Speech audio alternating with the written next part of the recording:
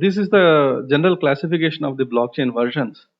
The blockchain version that came along with the Bitcoin, first cryptocurrency, is blockchain version 1.0, where it supports only cryptocurrencies.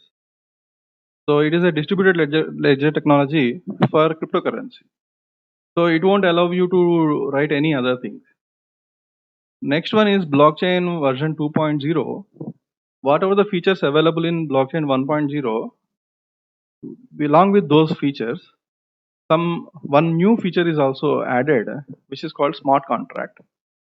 Basically, this smart contract is not a completely new thing.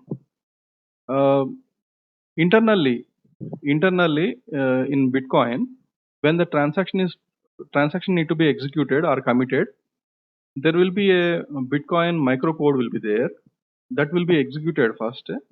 That microcode is the business logic to check whether the account number is correct or not, or the required whether the required transaction met the balance of the sender or not, or it is below the sender's balance or not. See, this kind of business logic will be verified with the Bitcoin microcode. That will be done internally. So that same thing has been enhanced to a programming level to implement the business logic, which is called smart contract. So this blockchain 1.0 features plus smart contracts, we can say that is the blockchain version 2.0.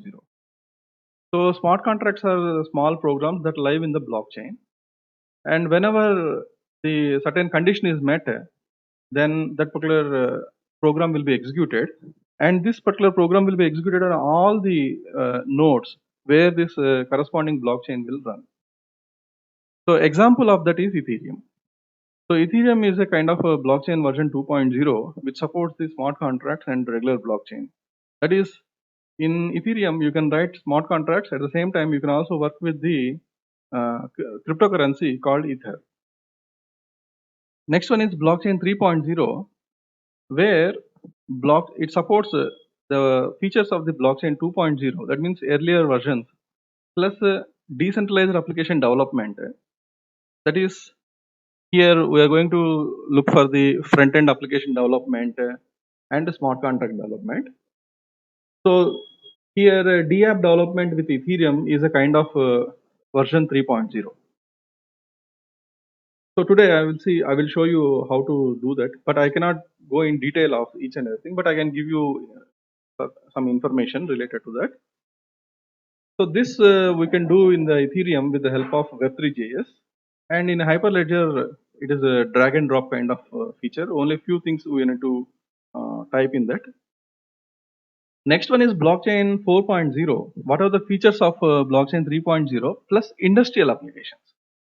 On the day 3, one speaker on the day 3 speaker has told you that IoT with blockchain, that is blockchain version 4.0. So whatever the applications, general applications are there, plus the industrial applications. So here industrial applications means you may integrate with the IoT devices or some sensors or maybe RFIDs or maybe with any other sensor input devices. Sensors as the input devices. So blockchain 3.0 plus industrial applications is the blockchain version 4.0. So using blockchain for industry applications such as automation, ERP, etc. Especially this blockchain for supply chain management will come under this blockchain 4.0. So these are the different versions we can differentiate, so that you are supposed to decide at which level you want to work. You want to dedicate your development only for the cryptocurrencies or virtual currencies, then version 1.0 is sufficient. And if you want to integrate some smart contracts and all, 2.0, then you want to develop decentralized applications, 3.0. And if you want to use all the features for the IoT applications or industrial applications or supply chain management related applications, then 4.0 is better one. So this is the way how we can divide these versions. So in blockchain systems, there are three categories mainly, because these are the things essential for us to understand. Then only we can perfectly sketch the blockchain development. The taxonomy of blockchain systems. First one is public blockchain, which is also called permissionless blockchain. Permissionless means the name itself telling you that we no need to take any permission from any authority. So public blockchain, it is open to the world. It attracts many users, and communities are active in this. So example is Bitcoin. So Bitcoin is a public blockchain in which anyone can create an account and go for trading and all. In case next one is private blockchain. First, I will discuss the private blockchain, then go for consortium blockchain. Private blockchain means it's opposite of public. Here, permissionless is there. Here, permissioned means there is an authority, and you have to take the permission from the authority to create an account. Okay, the authority may be the organization in which you want to take the account. For example, if you are running an organization where the applications are on blockchain, and if someone wants to take an account, then they have to take your permission. Then such kind of blockchains are said to be private blockchain. It is for small communities. So many companies are developing frameworks for its efficiency and auditability. Why? In case of public blockchain systems, this efficiency and auditability is a task, is a question, is a important difficulty, because if you look at recently evolved, not recently evolved, it is very famous attack also, which is called ransomware attack. In ransomware attack, what will happen? A virus will be injected into your computer, and that virus, what it will do is slowly it will encrypt all the files and folders in your hard disk, and after encryption, whenever you want to open any file, then it will ask you that okay, your file has been encrypted, and if you want to decrypt it, you are supposed to pay a ransom. So that ransom will be paid again in terms of bitcoins. So uh, so you may pay a huge amount with the help of with the bitcoins, but even though you pay, even after you pay, you don't know who is that hacker who injected the virus in your computer. So here what happens is the anonymity property is perfectly followed in the Bitcoin blockchain, so that the sender don't know who is the receiver and receiver don't know who is the sender. So this is the way how the things will be maintained. So the reason in this case auditability is a questioning task. So private blockchain, in private blockchain what happened, since it will be under the control of a single or multiple authorities, so it is very easy for auditing the things. At the same time, it is somewhat efficient in creating the blocks. You look at in case of public blockchain, the block creation in Bitcoin is 1 block per 10 minutes. That means everyone who are participating in the Bitcoin network must be in a position to achieve a consensus by proof of work. Then the block will be created, and the block is of 1 MB size. Okay, and if it is 1 MB size, how many transactions will be fitted in the one block? Maximum of 6-7 transactions. If and you can say that the transaction is committed and permanently stored on the blockchain only after 6 consecutive blocks were successfully inserted. That means on an average, for every 10 minutes one block is created, means to get confirmation of one transaction, you may take at least 1 hour, means at least 6 blocks to be injected into the blockchain. Then only you can confirm that okay, this transaction is perfectly committed onto the blockchain. So that means for one transaction you need to wait for 1 hour to get confirmation.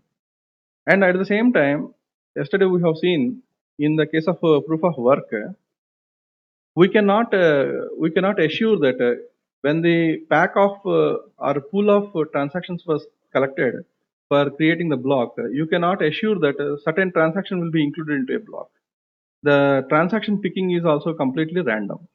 So in such a cases, it may not be 1 hour. It may go beyond 1 hour to get your confirmation. So this is somewhat a very slow process. But in case of private blockchain, what happened? Since one or two authorities are there who will do this, it is so efficient. It is very efficient because they decide whether to create the block or not. If they want to create the block immediately, maybe in 1 minute, 2 minutes, they will create the blocks and will be committed onto the blockchain. So this is what the things. That is the reason it is very good for the small communities. Small communities means count can be taken as per your as per the controlling capacity. It may be 100, 50, 200, 300. It may be. But many of the government projects are using this private blockchain. For example, in Andhra Pradesh, previous government has started the CRDA, Capital Region Development Authority, to perform the land pooling uh, from the farmers in that locality. So that land pooling and details was kept on the private blockchain. Something where private blockchain is implemented. That means total CRDA having the complete authority of committing the blocks. And once it is committed, then no one can change that. So that thereby land documents and these things are permanently saved onto the blockchain. Next one is the consortium blockchain. Here, consortium blockchain, it can be applicable to business applications. Here, consortium blockchain is a kind of mixture of public blockchain and private blockchain. It is just like this. Our university, for example, a university is there. A university wants to maintain the things on the blockchain. Say, for example, it may be student records or the publication data of the faculty, or maybe any achievements, or maybe any kind of academic related activities wants to be maintained on the blockchain, including the student fees, everything, and students' certificates, everything want to be maintained on the blockchain. Now, this can be under the control of either vice chancellor or maybe dean or head of the department, or maybe dean R&D or dean academic. So these kind of roles will be there, who are the authorities who are eligible for creating the blocks or committing the blocks. Okay, so in this way, the normal employees and teachers, faculty members, these people don't have any authority to committing the block. Only head of the department or maybe dean or maybe higher level people are having the authority to commit the block. So thereby, it is a kind of private blockchain. Okay, thereby it kind of private blockchain. So it will achieve the efficiency and auditability. So everyone knows that okay, deans are committed the block or head of the department committed the block. This is clearly visible there. But now, now every year any institution will undergo some one or another kind of inspection. It may be a NBA, NAC, AICTE, UGC. So many verifications will be there.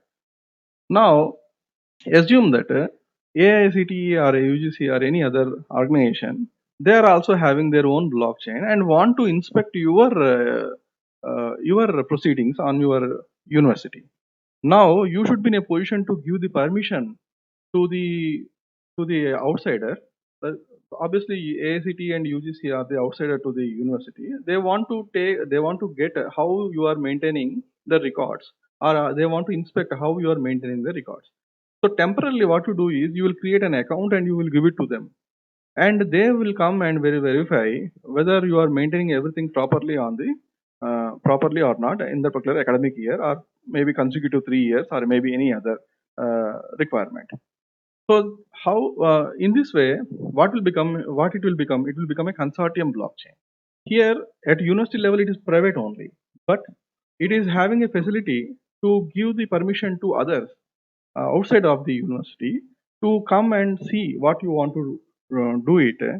So what they want to inspect on the in the at the university level. So thereby it will become a consortium blockchain. So consortium blockchain is not completely public and completely private. It's a mixture of public and private. So this is the way how the consortium blockchain will work. Okay, I hope you have got the how the public blockchain will be decided, consortium blockchain will be decided, and private blockchain will be decided.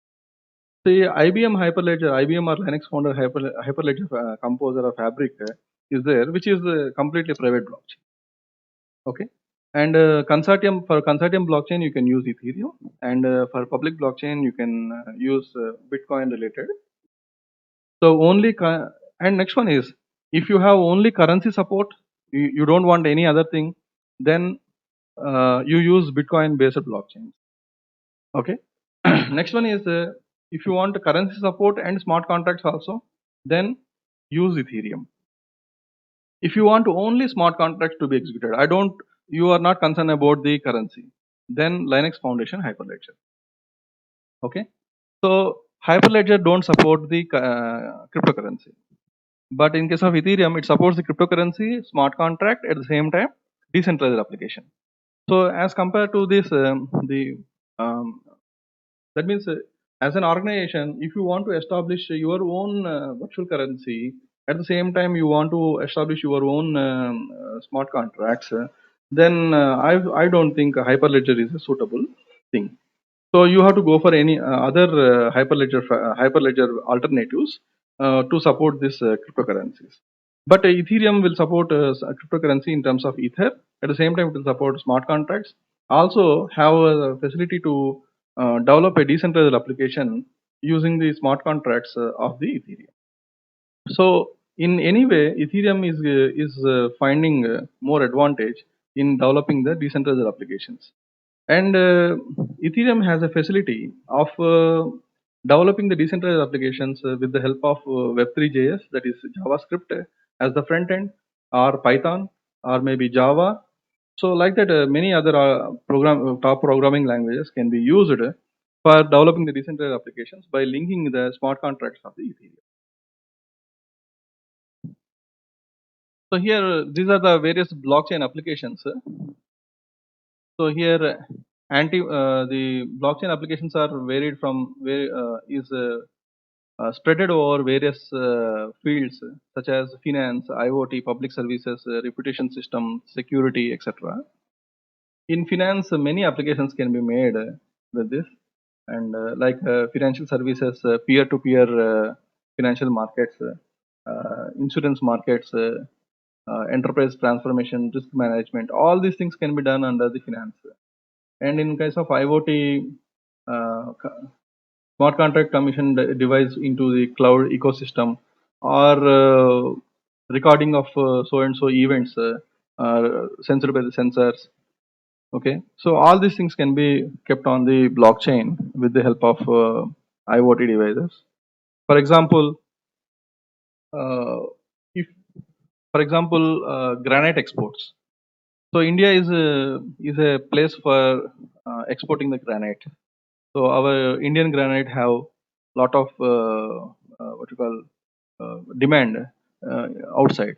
So whenever any quarry company or any granite company wants to establish a blockchain, so they can go for this what you call supply chain management related blockchain, um, and they can also trace when with the help of this IoT devices like that particular uh, granite may be started via ship, and it may go through the sea route and will go in, may stop in various other places, and finally will reach the long distance. So in middle, how the tracking of the ship is happening, and whether the condition of the material is good or not, is there any difficulty in that material. So I have taken a hard one. This granite and all is, they won't happen, nothing will happen to that. But in case of like animal exports, like in animal exports, some animals will be there, they may not adjust to the environment in the sea route, or maybe in any other routes. So these are the things can be tracked with the help of placing sensors to the animals, and sometimes to the food items. And because some food items, whenever you're exporting, it must be kept at some temperature. You may place the temperature you may place the temperature sensors temperature sensors in those devices, in those vehicles or exporting things, and you can keep on tracking the temperature throughout the transit, and these things will be recorded at certain stations whenever it reaches in the during the transit, and these things will be recorded onto the blockchain, so that the order the order can be tracked anywhere on the blockchain by the merchant and by the purchaser. So this is the way how the blockchain can also be maintained in the supply chain management with the help of IoT devices. See here, IoT devices means some sensor devices will be there. They are linked to the internet, and the via internet, whatever the data they include, that will be recorded onto the blockchain, so that a merchant and the merchant at the sending side and purchaser at the receiving side can keep track of the items which are there in the transit. Just like how you are tracking the courier once your friend or relative sent the courier from some other places. So the same concept can be used here with the sensor devices in the IoT plus blockchain. Next one is uh, public services like energy saving. Yesterday we have seen solar coin kind of thing. Like that, you can also develop one kind of application solving the water crisis, online education, public domain name systems. So all these things will come under this. Next is reputation system, security, finance. Okay, finance already I discussed. So what are the various blockchain platforms that can be used for implementing this? There are many number of blockchain platforms are there, but we mainly focus on the blockchain platforms that are more having more facility of documentation and activeness of the participants in development or something, or activeness of the developing modules. So here Ethereum is one thing that popularity is very high. It is actively followed in GitHub. So obviously, when it is actively followed, many developers are interested towards this. Next one is network type, public and smart contract based. And next one is cost, Ether for transaction and computational services are the cost in this. And programming languages, you can use Python, Go, C++, JavaScript for developing the front end applications. But the smart contracts are developed using the Solidity programming. Next one is GitHub repos are there. You can download this Ethereum from any one of the repo. And when I am first started this blockchain programming, some expert told me that okay, only around 4,000 to 5,000 in range blockchain programmers are there in India. Maybe it may now its count may be increased to maybe around 50 to 60,000, but still we require some good programmers in blockchain because in near future, if the government adopt blockchain as the main technology to transform the all government services first, then they need to have more number of blockchain programmers. So that is the reason, instead of having working on research on this, developing applications will give you more benefit because while developing applications you need to go through many things. It is just like a software development life cycle only. So you need to go through the many things so that you will come to know how to manage or how to design and develop and manage at the same time to install a blockchain application. So maybe next till 10 to 20 years, this blockchain will lead like anything. Then afterwards, maintenance is required. So everything till your retirement, you can go through this blockchain. At the same time, students will also benefit a lot. Okay, when they know the blockchain programming. So still we require more number of blockchain programmers because if the government initiates the blockchain technology, people are saying that crises are coming and all. No, no, not like that. There are so many other technologies. If they implement, it will transform India like anything. So that is the reason. Uh, that is the reason government may not directly recruit the students for their, but anyhow they will give the contract to the companies, and companies in turn will recruit the students or anyone who knows this particular blockchain programming. So next one is Hyperledger. This also popularity is very high, actively updated in GitHub. Network type is both public and private, and it's open source. Next one is programming languages. Is Python is used here. Okay. Next one is multi-chain. This is also medium and but actively updated in GitHub. Hydra chain. It is somewhat popularity is low but actively updated in GitHub. Next one is open chain. Popularity is medium but actively updated in the things, and it is a kind of private blockchain. Next one is IBM Bluemix blockchain. It is both private and permission blockchain. That is private and consortium kind of blockchain. You can do it. It's not permission. I have wrongly typed this. Okay. Next one is pricing is limited free plan. It is just like first first 2 months or 3 months they will give it for free. Then you are supposed to upgrade using enterprise plans. Supported languages are Go and JavaScript. Next one is chain, simply chain. It's a medium but actively updated on GitHub, and network type permissioned, and it have the support of programming language support of Java, Ruby, and Node.js. Next is IOTA. It is also a popular. It's also a permissioned and public blockchain. Both it supports.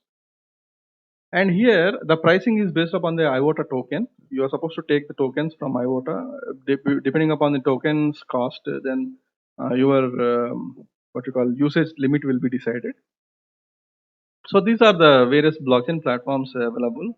I have not included Codra because I have not worked on that Codra. That is the reason. Uh, um, you can also consider Codra and you can go through that, but I have not worked so far on Codra, but I only worked on the Hyperledger and Ethereum so far. So I can tell you the information related to the Hyperledger and Ethereum. So that is the reason I'm giving you the difference between the Bitcoin versus Ethereum. In Bitcoin, what happens is it's a cryptocurrency and Ether is a token kind of thing.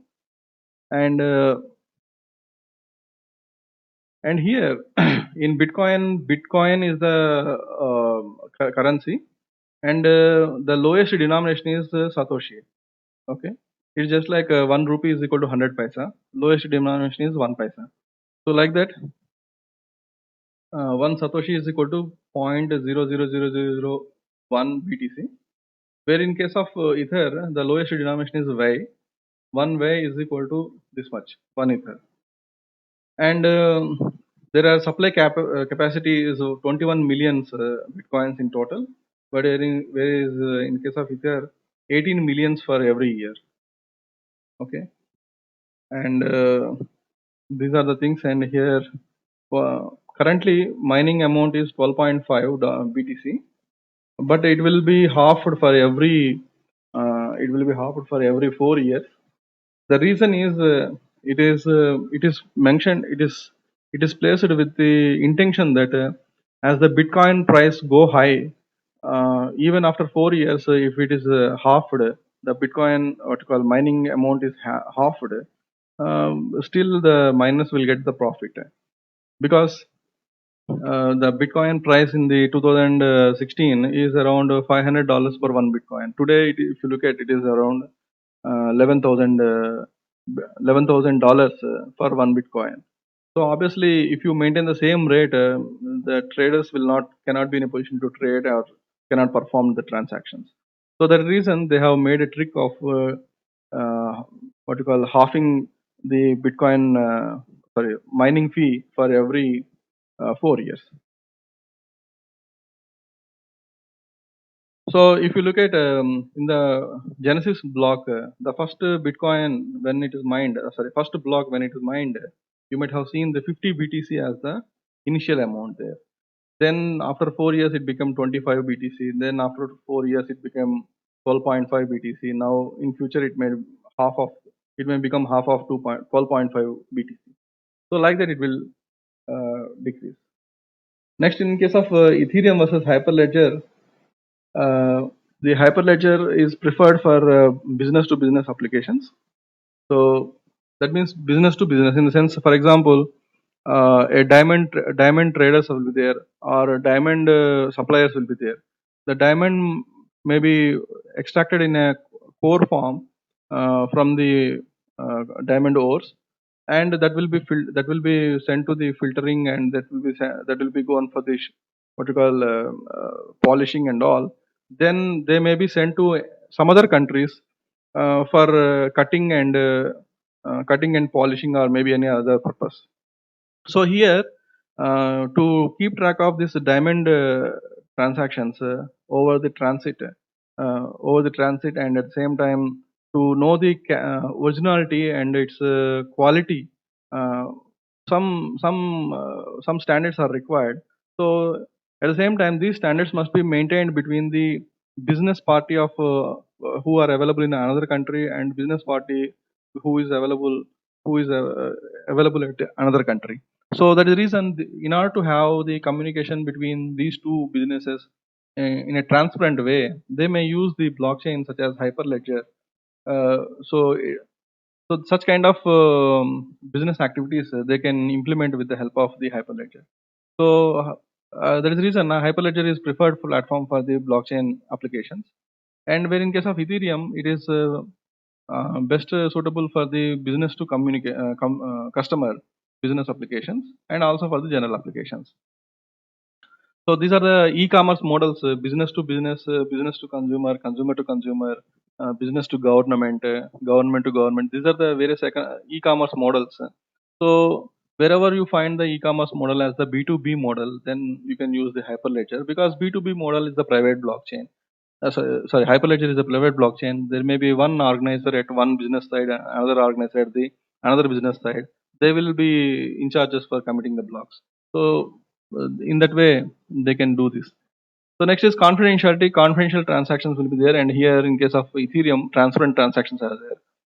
Next is mode of peer participation, private and permission network. In case of Hyperledger, Ethereum is public, private, and permissionless.